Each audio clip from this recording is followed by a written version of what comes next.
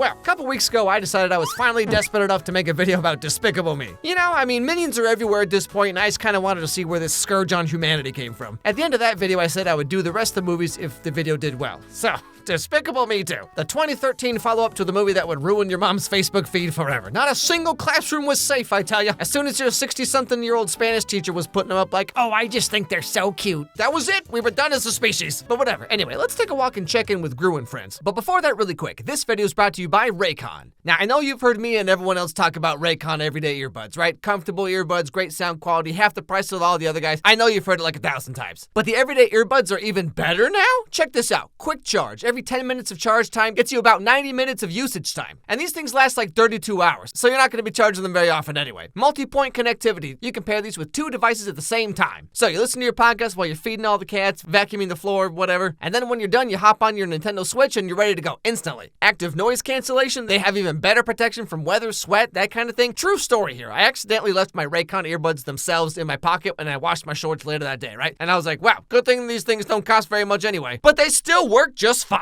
Now, obviously, I would not recommend doing this, okay? But I'm just gonna say that you're getting way more out of these guys than you would get from ones that cost like 2 or 3 times the money. So, if you're looking for high quality, very affordable earbuds, or even if you already have a pair of the original everyday earbuds, you gotta try the new ones out. Click my link down below or just go to buyraycon.com/Meyers and you'll get 15% off your Raycon purchase plus free shipping. Okay, back to the show. So, the movie starts out with Agnes's birthday party. I assume she's turning like 3.5 or something.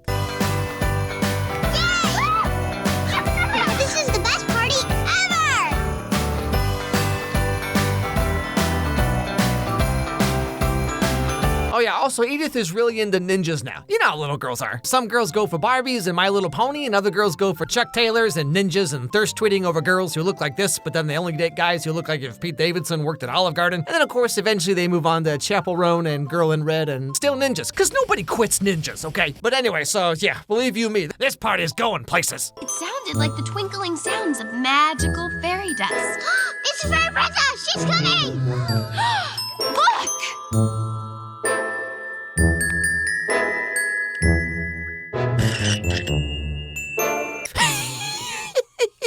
It's a grown man, but he dressed like a magic fairy princess with a grumpy face. I tell you though, this would have been peak comedy on Disney Channel back in like 2005. Oh boy. So the magic fairy princess that was supposed to come to the party had to cancel. Thus, Grizinklebell. It is I, Grizinklebell, the most magical fairy princess of all. I am here to wish Princess Egg. I'm sorry, just whoever designed this character deserves did everything good in their life, okay? Agnes is so freaking cute, I would die for you, Agnes. How come you're so fat? Because my house is made of candy, and sometimes I eat instead of facing my problems.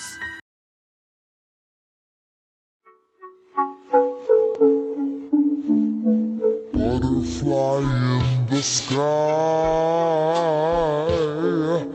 I can go twice as high. But yeah, so the point of all this, as you can see, is that Gru has basically turned his entire life around. Like back in the first movie, he wanted to be the greatest villain of all time and steal the moon, and he didn't care about nobody, nothing, you know what I mean? But since he adopted Agnes, Margot, and Edith, he's more interested in being the cool, fun dad. And of course, the moms of the neighborhood are definitely taking notice, because I mean, hey, a dad doing the bare minimum? A commodity, I tell you what. I know it's really you, Drew. I'm just pretending for the other kids. Hey there, Gru, Mr. Life of the Party. Hello, Jillian. So, I'm gonna go out on a limb here that my friend Natalie is recently single. Oh no, not an ugly girl! Oh man! I mean, sure, Gru looks like this and has eyebrows like sultry caterpillars and a nose that could mine for diamonds, but an ugly girl? I mean, come on! So the B story of this movie, which gets introduced first for some reason, is that Gru has been single for like forever, you know? And now that he's the cool new single dad in the suburban planned community for disillusioned millennials, this lady's trying to set him up with like literally everyone she knows. No, Jills, that is not happening. Seriously, I'm fine. Okay, fine, forget Natalie. How about my cousin Linda? No. Oh, I know someone whose husband just died. I'm sorry, I did not see you there. Now, Gru is not at all interested in any of this nonsense because, would you believe, he's had some bad experience with girls in the past. No way! He is so cute. Hey, Lisa, I was wondering if you... Ew!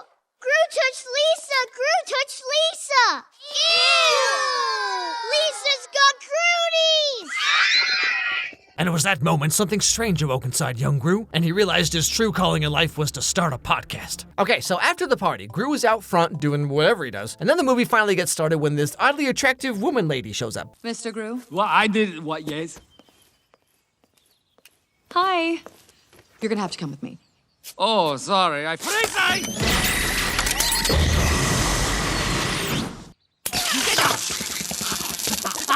Lipstick taser!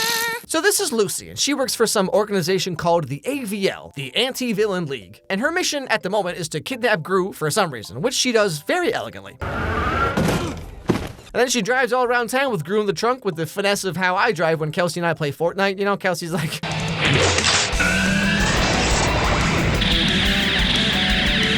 Alex, quick, hop in the car, you drive, I shoot, no time to explain. And of course, I have no idea what's going on, so I'm just kind of like... Jesus, take the wheel.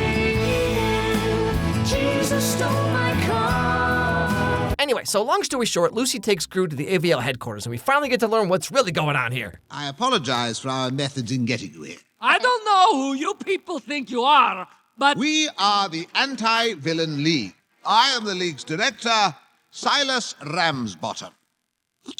Bottom. Yeah, so glad we got more minions, am I right? Yuck, I just stepped in a big pile of Monday. So the story goes that someone stole an Arctic research lab, and with it they took this special mutagen serum that turns things evil and purple and stuff. And who knows what they're gonna do with that. But remember, Gru's a father now, and he doesn't have time for any of these save the world shenanigans. Okay, he's gotta catch up on all the new episodes of Sophia the First, thank you very much. I see where this is going with all the Mission Impossible stuff, but no. I'm a father now, and a legitimate businessman. I am developing a line of delicious jams and jellies. Jams and jellies. Oh, attitude. So he goes home and that's that, movie's over. However, his assistant guy is not really feeling creatively, emotionally fulfilled anymore after pivoting from world domination to jam making. I'm sorry, I just don't feel that spark anymore. Maybe we were always meant to just be friends. I miss being evil. Sinister plots, large-scale crimes is what I live for. I mean, don't you think there's more to our future than jelly? The thing is, Gru, I've had an offer of employment elsewhere. Yeah, this dude's doing that thing that YouTubers do, you know, where like they build a career doing literally anything, and then one day they're like, well, this is boring now. Guess it's about time I start making the worst music anyone's ever heard. So he quits and leaves, and this gets Gru thinking about his own career a little bit, and he decides to go along with the AVL. You know, just one last ride, save the world, do the spy stuff, put on sunglasses just so you can take them off again and be like, looks like justice is back on the menu. Okay, so Gru and Lucy set up this fake baked goods store at the mall because the AVL knows that someone who works in this mall has the serum. How do they know this? Doesn't matter. Who cares? Now, one of these suspected mall people is this guy. Buenos dias, my friends. I am Eduardo Perez, owner of Salsa y Salsa restaurant across the mall.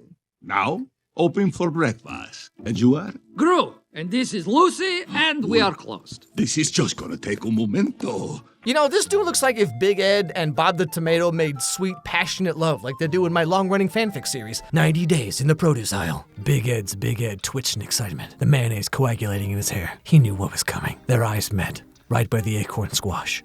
It was always the acorn squash. Are you blushing already, or are you just ripe for the picking? Big Ed's voice was quick, his breath short. Bob the Tomato reached up to caress Ed's cheek, his lack of hands suddenly very apparent. I've been waiting for you deep in the sun-dried recesses of my heart, Ed, Bob whispered, hoping Larry the Cucumber wasn't listening. Forgive me, Larry, he thought to himself, but I must be true to my heart. What do you want, Bob? Ed boomed from above. You know what I want, Ed. Bob shied away, his eyeballs clipping through the geometry of his face like they do sometimes. Say it, please, Ed.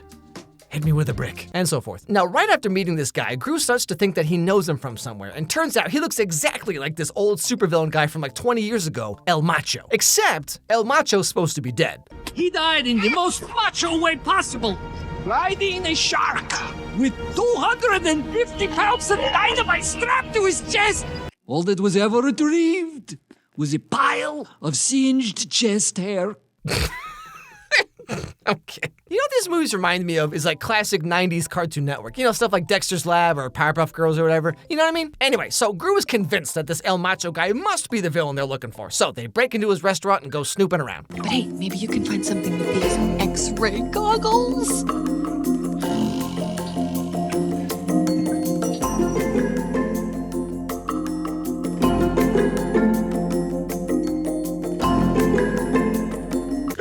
clue! Quick, we gotta tell Mary Kate and Ashley! But turns out it's not the evil serum at all. It's just his secret salsa recipe. Now, while this is all going on, Gru's kids are also hanging out at the mall because they're kids, and it's 2013, so malls haven't turned into this, like, barren wasteland yet. You know, like in 2024, where it's like, well, the mall's gone, and the school's kicked us out, and if we stand around anywhere longer than, like, 8 seconds, we get in trouble for loitering, so what are we supposed to do? Hey, there you are.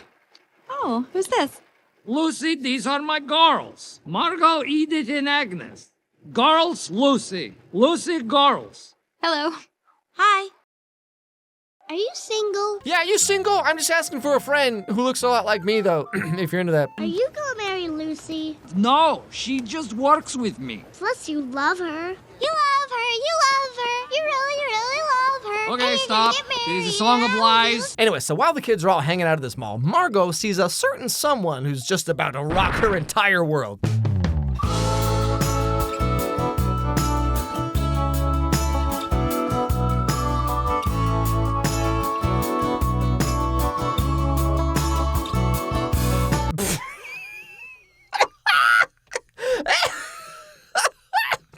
Just the coolest 10-year-old you'll ever see. Sup, ladies? Yeah, I run my own Roblox server, and yes, it is Family Guy themed. And of course, they end up talking and going on a date, as 10-year-olds do with them all, apparently. Oh, you're so funny. Gross. Look, they're in love. Oh, no. Do not say that there. No. And my dream is to one day play video games for a living. Wow. You're so complicated. But you know, back in like 2013, this was such a hilariously absurd idea, right? But like in 2024, this is one of the only viable career options left at this point. Well, I was thinking about getting a degree in sociology or something, but now I think I'll just stream on Twitch for a few years and then use that to springboard my OnlyFans. Yeah, I'm thinking I'm either gonna play video games for a living or be one of those YouTubers that makes fun of kids' movies. But now, Gru, being a new dad and all that, like he knows exactly what's going on in the minds of young boys, all right? And he is not a fan of this whole dating nonsense, I tell you what. Especially considering the fact that this kid is actually the son of this guy, which means that this guy got laid, which is weird, but whatever. But there has been a new development, and I'm telling you, this is the guy. You need to arrest him immediately, and his deviously charming son. I'm pretty sure that the son is involved too. So, skipping ahead a little bit here, one day, Gru comes into his fake job to see that the AVL has arrested this other guy because they found an empty bottle of serum in his shop. So, case closed, problem solved. That was easy. All right, so what now? Well, now you're free to go back to your business. Jams and jellies. And it looks like Agent Wild will be transferring to our Australian branch. Australia?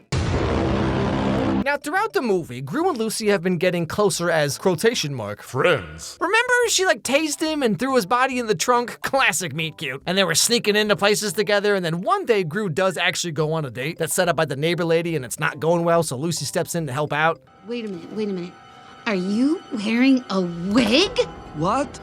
I don't think so. You're a phony. I hate phonies. Oh. I'm gonna rip that thing off your head and show everyone what a bald-headed phony you are. I don't think so, Miss Lady. And then they just like drive her comatose body back home while talking about how dating these days is so wacky, am I right?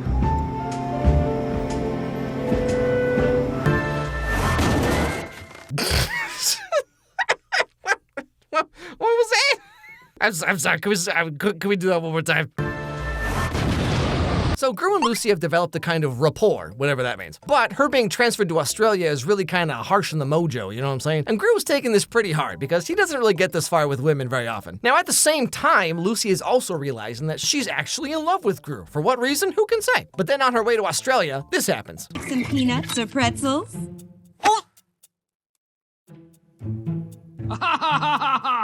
That's a good joke.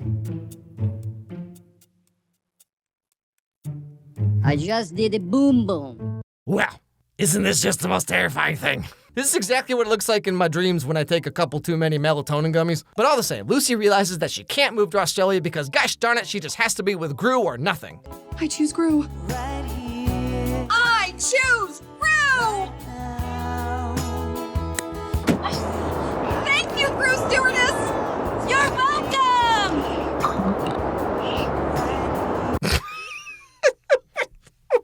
What What is this movie? You know, okay, I gotta be honest here. I had totally written these movies off the past 14 years they've been coming out. Like, I just assumed they were all these, like, unwatchable Minion cringe fests. Your father and I are getting...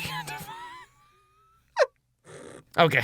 Okay, this is the only good one that exists. And like, there is a lot of that, to be fair. But I don't know, it's just like, maybe it's because I had such low expectations, but these movies are a lot more watchable than I thought they'd be. Kind of like with some other movies I've enjoyed recently, these movies are just so aware of what they want to be, and they just are that the whole time. But okay, so, in the end, just to summarize here, we find out that this guy is actually El Macho. He did in fact steal the serum, and he framed the other guy at the mall. And then with the help of Gru's old assistant, who works for him now, he kidnaps a bunch of minions and turns them into purple minions who do evil purple stuff.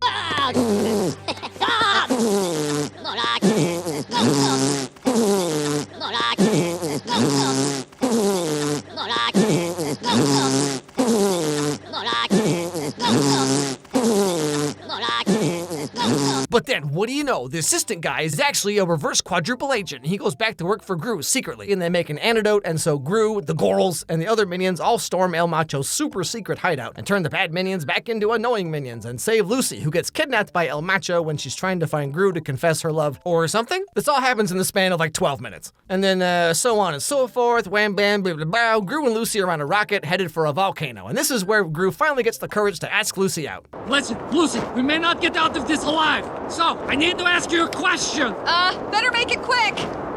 If I'd asked you out on a date, what would you have said?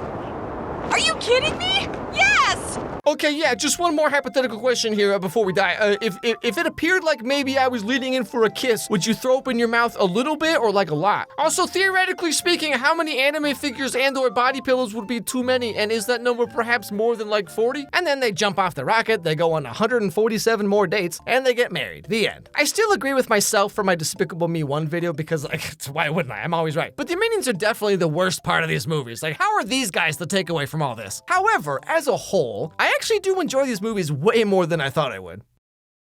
Hey everybody, thanks for watching this video. If you liked it, please watch another one, because that's how the algorithm works. So click on this one that's being recommended to you right now, right here on the screen. It actually helps a lot if you do that, because like that's how YouTube knows that my videos are worth caring about. Also, if you have any movies or TV shows you'd like to recommend, send me an email at alexmeyerscontact@gmail.com, and I'll put them on my absurdly long list of movies that I need to get to at some point. Anyway, hope I made your day a little bit better, and I'll see you all next time.